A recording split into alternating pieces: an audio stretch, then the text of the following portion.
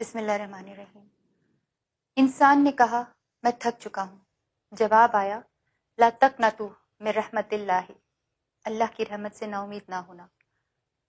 اتنے دن کی خاموشی میں جواب ڈھونڈ رہی تھی، اپنے اندر سے کبھی اللہ سے شکوہ کر رہی تھی۔ پھر مجھے کسی نے کہا جب انسان پر ایسا وقت آتا ہے تو اس کی دو ہی وجوہات ہوتی ہیں، یا اللہ تعالیٰ سزا دیتا ہے یا آزمائش۔ میں نے پوچھا یہ کیسے پتہ چلے گا کہ مجھے سزا ملی ہے یا آزمائش ہے؟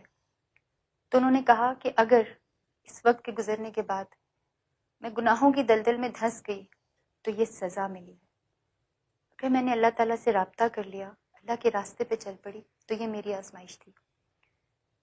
جو کچھ میں نے بنایا وہ تنہائی میں بنایا، وہ میرے اور میرے اللہ کے درمیان کی بات ہے، میں اللہ کی مجرم ہوں، اور وہ دلوں کے حال جانتا ہے۔